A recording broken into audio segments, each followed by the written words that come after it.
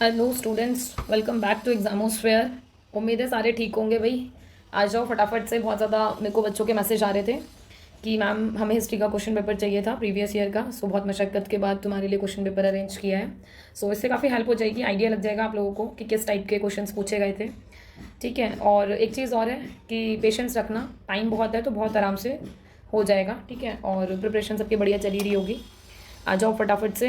देखो यहाँ पर डिस्क्रिप्शन दिया ही हुआ है कि कितने क्वेश्चंस कैसे कैसे पूछे जाएंगे। सो आप उस अकॉर्डिंगली थोड़ा सा देख लेना, क्योंकि पैटर्न थोड़ा सा डिफरेंट होता है ना हर सब्जेक्ट का। और ये आपका इंग्लिश में है, सो इसको फॉलो अप करना। इसके अलावा इसमें 20 ऑलमोस्ट हमारे 1 मार्कर हैं। ठीक है, और एक चीज़ का और ध्यान रखना, मैंने जो नोटिस की कि सारे एमसीक्यू नहीं है, सारे एमसीक्यू नहीं है। कुछ में आपका वन लाइनर की तरह भी पूछा है कि आपको वन लाइनर की तरह राइट करना है। ठीक है, कुछ में क्या करना है कि आपको ऐसे ओनली नेम आइडेंटिफाई करके लिखना है। राइट, सो थोड़ा सा जो बेसिक्स है ना उस पर यू कैन डू वर्क, क्योंकि बेसिक्स होंगे तभी आप ये सारी चीज़ें ऑप्ट कर पाओगे। ठीक है, इसके अलावा अगर देखा जाए तो अब स्टार्ट कर लेते हैं फटाफट से ब्रीफली, है ना। Which of these was the causes of decline of Harappan civilisation. So क्या क्या कॉजेज थे? तो क्लाइमेट चेंज भी था, फ्लड भी था, डिफॉरेस्टेशन भी था। सो इसका आंसर है ऑल ऑफ द अबव या फिर all of these. Second question है which of the following is not one of the feature of Harappan writing. So क्या इसका फीचर नहीं था? तो इसका फीचर ये नहीं था कि फ्रॉम लेफ्ट टू राइट नहीं था ये। ठीक है, इसके अलावा अगर और देखा जाए, सो नेक्स्ट क्वेश्चन है हमारा आपका which of the following statement is true regarding Indus valley civilisation. So बेटा ये चीज़ का ध्यान रखना कि ये ट्रू लिखा है या फिर नॉट ट्रू लिखा है। कई बार ये नॉट ट्रू करके भी लिखा होता है बट वो हाईलाइट नहीं होता। So you need to remember this also. Okay, so इसके अकॉर्डिंगली आप मार्क करेंगे कि इसका आंसर हो जाएगा आपका सी। ठीक है, एक बार इसको रीड आउट कर लेना। और अब देखो नेक्स्ट क्वेश्चन है, मैंने कहा था ना कि सारा एमसीक्यू नहीं है। तो सी क्वेश्चन नंबर 4 में आपका क्या लिखा हुआ है? उन्होंने क्या मांगा? Read the following information and write the context of this statement. So अब आपको इसको खुद से लिखना है, राइट डाउन करना है, बट लिखना किसके भी हाफ पर है? 1 मार्क के हिसाब से, है ना। सो इसके हिसाब से थोड़ा सा राइट डाउन कर लेना।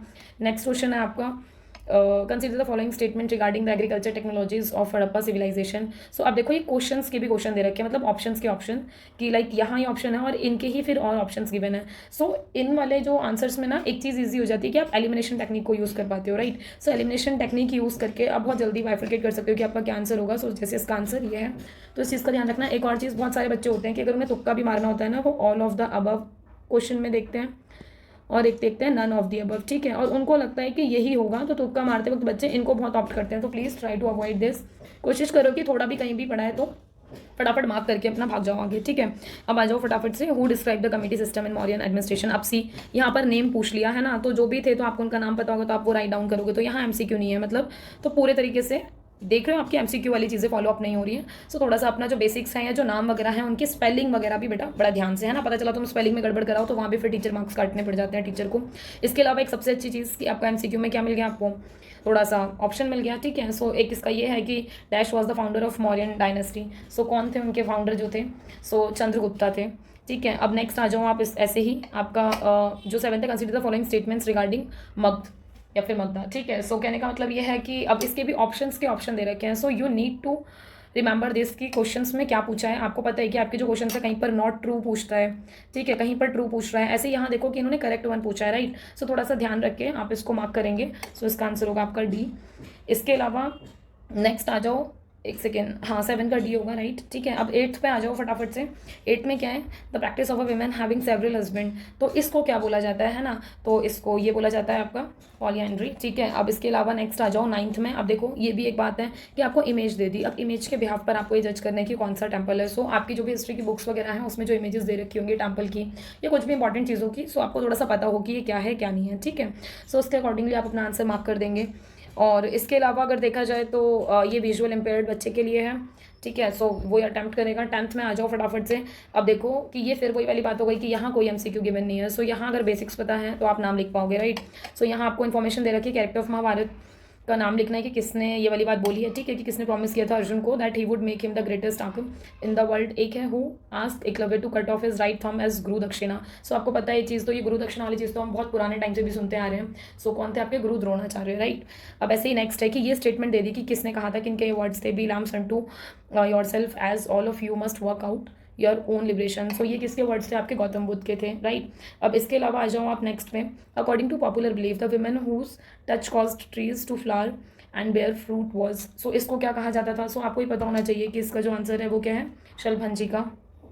नेक्स्ट है आपका 13 में क्या, which of the following is not a characteristic of Ibn Battuta book. जी हाला, तो अब देखो यहाँ क्वेश्चन ये है कि इब्न बतूता की बुक हमें पता होनी चाहिए थी, राइट। सो जितने भी आपके राइटर्स हैं, जो भी बुक्स लिखी गई हैं, थोड़ा सा आप लोगों को आइडिया हो कि किसने क्या लिखा है, ठीक है। सो आपको ये पता होना चाहिए कि नॉट है। अब एक बात बोली थी ना कि नॉट को देखो हाईलाइट नहीं किया हुआ, सो यहाँ देख लेना और अपने हाथ से ना खुद से जहाँ नॉट लिखा होगा ना उसको जरा अंडरलाइन कर लेना कि आपका माइंड को भी ये रहे कि हाँ भैया नॉट वाले को मार्क करना है। पता चला मस्त आराम से कराओगे, फिर आप बाद में आके रिग्रेट में जाओगे, ठीक है।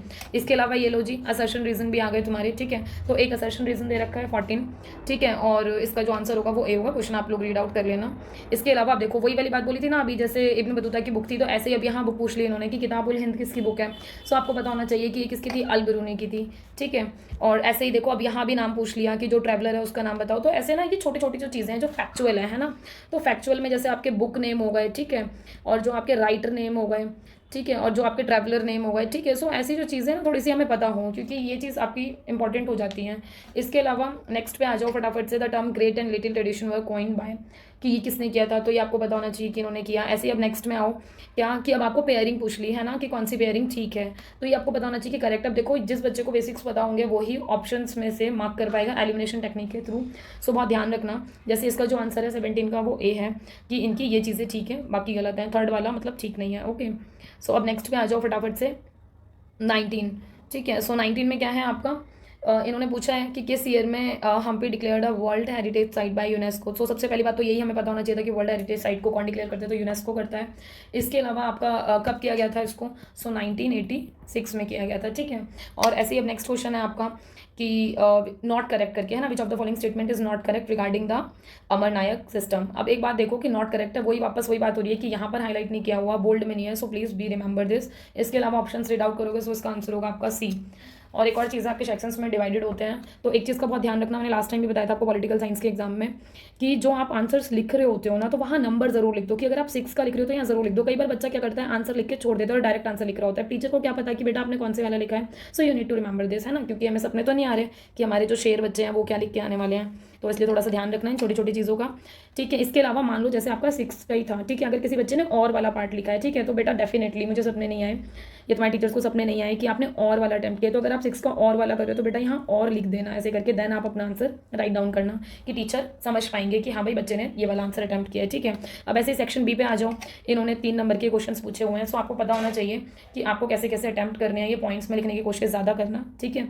और इसके अलावा आपको ऑप्शंस दिए ही हुए हैं साथ साथ, तो उनका थोड़ा सा ध्यान रखना। क्वेश्चन नंबर आपका मतलब 25 से शुरू हो रहा है सेक्शन सी। अब देखो एक चीज़ और है कि यहाँ ना मतलब सब्जेक्ट वाइज आपके पैटर्न जो एग्जामिनेशन का है वो बदल जाता है, जैसे यहाँ 8 मार्कर भी है, राइट। सो आपको उस अकॉर्डिंग ही अटैम्प्ट करना है कि जो आप अपना कंटेंट दोगे है ना, सो वो उस अकॉर्डिंग हो कि टीचर आपको 8 मार्क्स दे पाए, है ना। अगर 8 मार्क्स पूरे भी आप नहीं ले पाओगे तो एटलीस्ट 7 तो जाओगे, 7.5 तो जाओगे ना। सो उस अकॉर्डिंग आप अपने आंसर को थोड़ा सा इलेबोरेट करके अच्छे से पॉइंट्स में लिख कर आओगे, ठीक है। इसके अलावा एक और चीज़ है, कुछ क्वेश्चन ऐसे होंगे जहाँ इस तरीके से दिया होगा आपको 4+4 करके, सो आप अपना आंसर जो मार्क करोगे, जैसे अगर कोई भी क्वेश्चन के साथ क्वेश्चन अटैच होता है या फिर एग्जाम्पल्स दे रखे हैं, तो आपको इस अकॉर्डिंगली लिखना है कि आपका आंसर थोड़ा सा बैलेंस फॉर्म में हो, ठीक है। सो आपको पता है कि ये ऑप्शंस दे रखे हैं आपको, तो ये बहुत अच्छी बात है कि आपको थोड़े से ऑप्शंस मिल जाते हैं, रास्ते खुल जाते हैं अटैम्प्ट करने के। इसके अलावा सबसे बेस्ट पार्ट आपका क्या कि आपका ये 6 मार्क्स का पैसेज दे रखा है, ठीक है। सो कोशिश वही करना कि पहले क्वेश्चन पढ़ लो और फिर इसको करो, सो टाइम भी बच जाएगा और इजीली आप इसको मार्क भी कर पाओगे, ठीक है। सो ये वाली चीज़ हुई। इसके अलावा आपका पैसेजेस के बाद जो मेन चीज़ें हैं आपकी इसमें और क्या है, मैप बेस्ड क्वेश्चन, ठीक है। सो ये आपको पता होना चाहिए कि भाई मैप को आपको इंडिया के मैप पर एलोकेट करने के लिए आएगा, कि आप लोकेट करोगे तो आपको बताना है कि आपने अगर आप बता रहे हो कि हाँ भाई इस वाले पार्ट में हम्पी है, ठीक है। सो आपको एक पता हो कि भाई ये कौन से वाली जगह पर है, कौन से स्टेट में है, तो आप तभी मार्क कर पाओगे। इसके अलावा आप वहाँ लिखो कि आपने फर्स्ट का लिखा है या सेकेंड का लिखा है, क्योंकि आप लोग क्या करते हो मैप में मार्क्स आपके इसीलिए करते हैं कि आप सिर्फ नाम लिख के आ जाओगे कि हाँ भाई ये स्टेट है या फिर ये जगह है या जो भी पूछा है आपसे, बट आप कभी भी क्या नहीं लिख के आते हो, वहाँ नंबरिंग करना भूल जाते हो। तो बेटा इस चीज़ का थोड़ा सा याद रखना, ठीक है, कि आपका जो नंबरिंग होगा उस अकॉर्डिंग थोड़ा सा कर देना, ठीक है।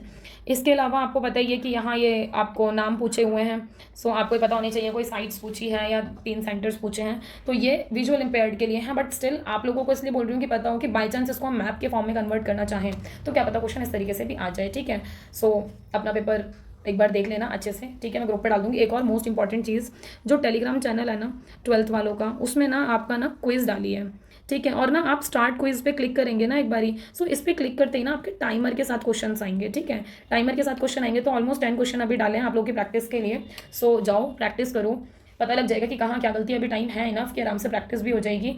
और एक और चीज़ है, टाइमर के साथ है तो वही 15 to 16 सेकंड का कुछ टाइमर है। जब 10 के 10 क्वेश्चन खत्म हो जाएंगे ना एंड होने के बाद, फिर आपको आपका खुद का डेटा मिल जाएगा कि कितने करेक्ट हैं, कितने रॉन्ग हैं, आपकी क्या पोजीशन रही।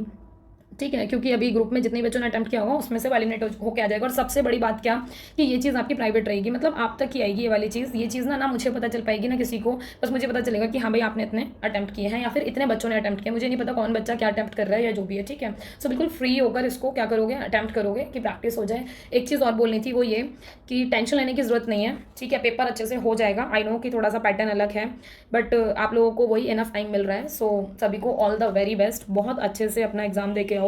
ठीक है, बी कॉन्फिडेंट। और टाइम देखो मांगता है कोई भी चीज़ है, तो अभी आप अपना टाइम इन्वेस्ट करो प्रिपरेशन में तो डेफिनेटली चीज़ें बहुत अच्छी होंगी। और आई नो आप सब कर जाओगे बहुत प्यार से। जो जो इंपॉर्टेंट चीज़ें हैं इसमें, इसको देख के आपको आइडिया लगाओ, उस अकॉर्डिंग अपनी प्रिपरेशन करना। ठीक है, और बाकी ज़रूर बताना कैसा रहा एग्जाम। ठीक है, और जो भी MCQ होंगे वो मैं और ग्रुप पे अपडेट कर दूंगी अकॉर्डिंगली, जो मुझे लगेगा मेरे अकॉर्डिंग जो इंपॉर्टेंट है।